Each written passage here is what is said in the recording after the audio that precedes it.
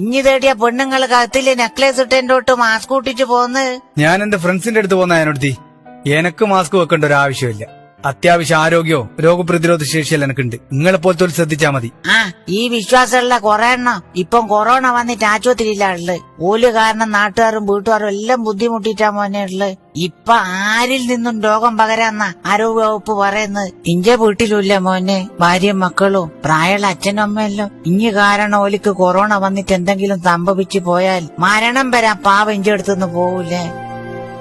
ശരിയായ അനുടുത്തി, എന്റെ വീട്ടുകാരുടെ കാര്യവും ഞാൻ ഇപ്പോഴാ ഓർമ്മിച്ച്. ഈ ഒരു സാഹചര്യത്തില് ഇനി അത്യാവശ്യം മാത്രമേ ഞാൻ പുറത്തിറങ്ങൂ. ഞാനും അടുത്തേക്ക് ഒരു കാര്യം നിങ്ങളോട് പറയാനുണ്ട് മക്കൾ. ലോകം മുഴുവൻ കൊറോണക്കെതിരെ പൊരുതിക്കൊണ്ടിരിക്കുകയാണല്ലോ. ഇപ്പോഴും മാസ്ക് വെക്കുന്നതിന്റെ ശരിയായ ഉദ്ദേശം ആർക്കും അറിഞ്ഞുകൂടാ. മാസ്ക് വെക്കുന്ന വ്യക്തിക്ക് രോഗം വരാതിരിക്കും എന്നതിനേക്കാൾ ഉപരി മാസ്ക് വെക്കുന്ന വ്യക്തിക്ക് രോഗം ഉണ്ടെങ്കിൽ അത് മറ്റുള്ളവരിലേക്ക് പകരാതിരിക്കും എന്നതാണ് ശരിയായ ഉദ്ദേശം. അതുകൊണ്ട് ഹോട്ടല്, പലചരക്ക് കട ഉൾപ്പെടെ പൊതു ഇടങ്ങളിൽ ജോലി ചെയ്യുന്നവർ ദയവ് ചെയ്തിട്ട് മാസ്ക് കഴുത്തിലും താടിയുമിലും വെക്കാണ്ട് വായും മൂക്കും കവർ ചെയ്യുന്ന രീതിയിൽ തന്നെ വെക്കണേ. ഞാനോടത്തി മനസ്സ് തട്ടിയിട്ട് പറയുന്നാണ്. കൂടിച്ചേരലുകൾ, പൊതു ഇടങ്ങളിലെ അനാവശ്യമായ ഇടപെടലുകൾ എല്ലാം തന്നെ